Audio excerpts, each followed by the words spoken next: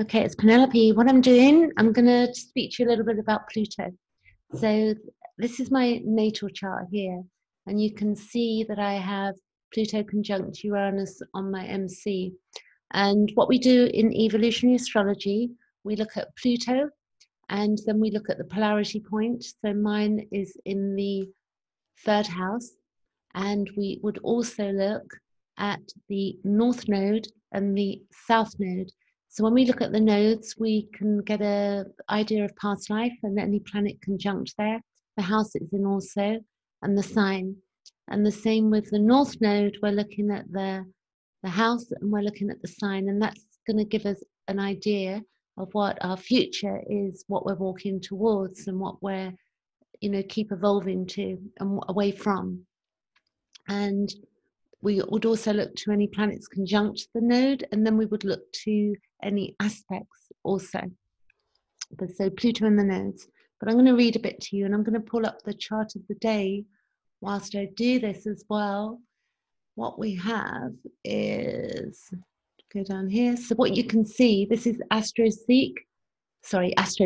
I use AstroSeek as well. This is astro.com. And what you can see is that if you pull up your own chart, you'll be able to work out where your planets are, but you do need your time of birth, okay? And to have a chart reading, what you would need to do to understand the aspects is a whole different world. So we can see at the moment we've got Pluto, Jupiter and Saturn all in, we've got Jupiter and Pluto in Capricorn, and we've got Saturn in Aquarius, and then we've got Mars also that's just about in Aquarius, but it's going into my 3rd house.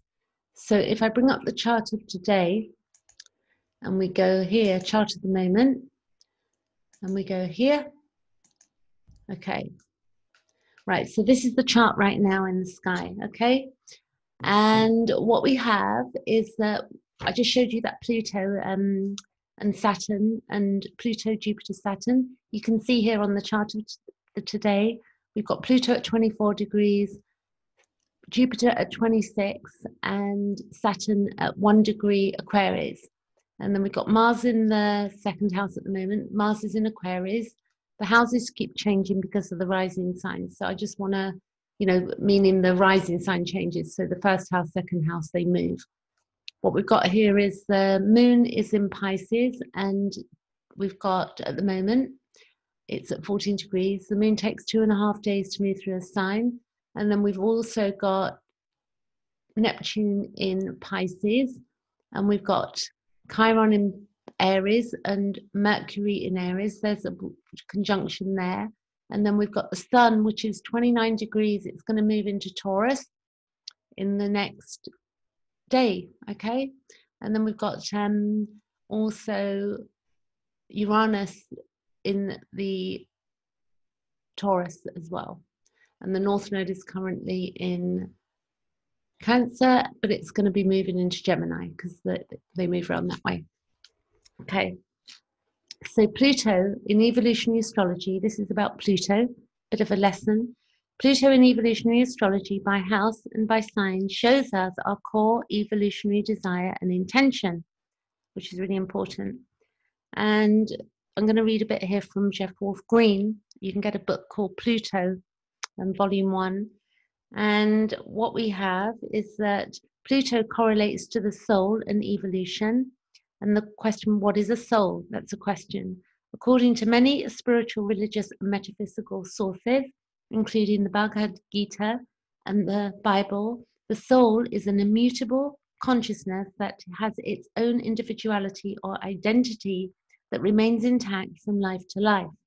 In each lifetime, of course, the soul manifests a personality that has a subjective consciousness and unconsciousness. Saturn defines the boundaries of our subjective consciousness. So Pluto is here. Then Saturn defines the boundaries of our subjective consciousness, that of which we are constantly aware. Uranus, which is over here, represents the individualized unconscious, and Neptune, which is in Pisces there, is the collective unconscious, and Pluto is the soul itself in evolutionary astrology. Each personality that the soul manifests from lifetime to lifetime has an ego, which is the moon, which is currently in Pisces here. And then each personality that the soul manifests from lifetime to lifetime has an ego, which is the moon, that serves as a focusing agent to create one's own self-image. So the moon is really important in astrology. All the planets are. The moon is similar to the lens in a movie projector. Without the lens, there would be no picture on the screen. Each personality has an intrinsic nature and orientation that experiences life in its own unique way. Each personality that the soul manifests relates directly to the evolutionary necessities of the soul. So let's get that again, hey? Each personality that the soul manifests, so my personality, for instance, right now, relates to the evolutionary necessities of the soul. So my personality relates directly to the evolutionary necessity of my soul. The soul, through the personality, must experience life in particular ways in order to grow and evolve. Each personality created is directly linked to the past evolutionary and karmic history of the soul. And that's Jeff Paul Green, and that's page 1 of Evolutionary Journey of the Soul. So Pluto holds a connection to the soul and holds the soul's underlying evolutionary desires. It is the depth of our unconscious and our awareness, and out of our awareness. We can often see that we may repeat unwanted patterns or experience the same repeating life issues. Our Pluto placement and the transit holds information that, when understood, can smooth our passage through time. The soul's desire is to separate and individuate, but the ultimate desire is to return to source. So for all of us, source is whatever we may call it, God, heaven, or whatever we call source. We've all got our own name for it. The friction between these desires are where we experience being pulled towards something and also being repulsed by something. So, I know for myself, I've seen it play out in my own life, and also in matters of complex PTSD, for instance, response, which many of us have. We all have wounds, we can agree with that we all have wounds. And when we look at our wounds, we get an opportunity to transcend their effect on us. So an astrology chart, by looking at an astrology chart, we can begin to look at our wounding and our trauma. And through that, we can begin to evolve it. And then by looking at the current transits that are going on, where we really begin to get in a good place of really digging deep and allowing ourselves to become whole through the exploration of what the chart is telling us. So if we know how we feel currently, and we look at a chart and we look at the houses that it's in and what the aspects are, we can begin to really understand a lot about ourselves. We have free will, of course, yeah? Really important to know. So disassociating, this is to do with, not dealing with our issues and our wounds. Disassociating is a form of resistance and common among us. In order to heal, we need to shine a light on our pain via our conscious awareness, and that's the way we heal. So with our conscious awareness, we really look at ourselves and we begin to heal our wounds. We can look at our lives to see what is dying our stell and know that death and endings are part of the cycle. Like we all know that everything comes to an end, We can then look at what needs to end to allow for rebirth. So if we were a step ahead of the game and we understand what our Pluto is doing, for instance, like for me, this is the chart of the day. But if we look, Pluto's in my second house. So that's about my values and it's about business and all sorts of things. So, it's not just about that, but it's about, it depends on the sign it's in as well, and a lot more going on. But we can then look at what needs to end for rebirth and allow for regeneration to occur in our lives. So we don't want to hold on to things. Sometimes we'll hold on to a job or a partner or a marriage or, an item in our lives that needs to go. Understanding what Pluto is doing in our chart via our transits. So transits are where the planets are moving in our own chart and aspects. Then in looking at our own solar return placements also, we can ease our passage through time. We all experience dark nights of the soul. Everybody does, yeah? And the deeper self at various points in our lives. Our core experiences need to be examined so they can be thawed out. And an astrologer that mentored me and helped me with my chart, Simon Vorster, brilliant. You can check out Raising Vibrations. on YouTube. Simon Vorster, Vorster, Voster. So he said, you know, that really it's about thawing out our core experiences, our core wounding and belief systems. So for me, you know, with the Pluto ninth house, and I'm having a second house transit, and you know, for me, you know, I can understand that by digging deeper what it means. So Pluto is really important.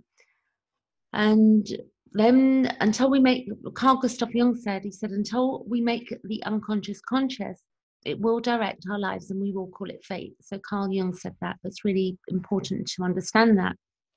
And we can see how this statement has a direct correlation to Pluto. You know, when we dig deep, we can begin to see. And then when we bring things to the conscious, then we're more in control. And what we resist not only persists, but it will grow in size. So resistance determines the magnitude of our problems or our confrontations. The more we resist something, Pluto is a deep unconscious process. And the good news is that we have free will. So we've got to understand the planets aren't doing anything to us.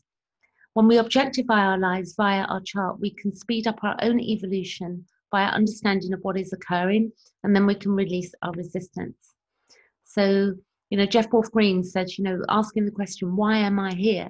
You know, with this question, we can begin the journey to begin evolving and aligning our true path with that of the soul.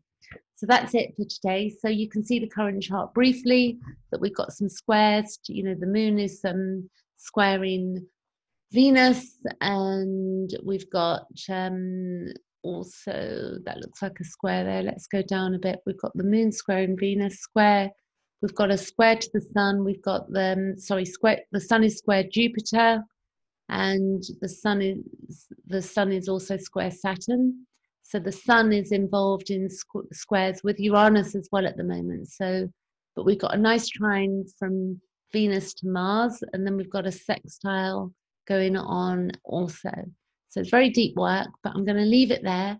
I'm going to stop share, and I'll be back with some more. I'm doing $20 whilst the lockdown's going on, social distancing, $20 until the end of May, and then I'll review it. It's normally $70. So if you want a spot, then see my booking page below. Please subscribe as well. And if you've got any comments and you know where your Pluto is, let me know and tell me what you think about it, what it means for you. Catch you later.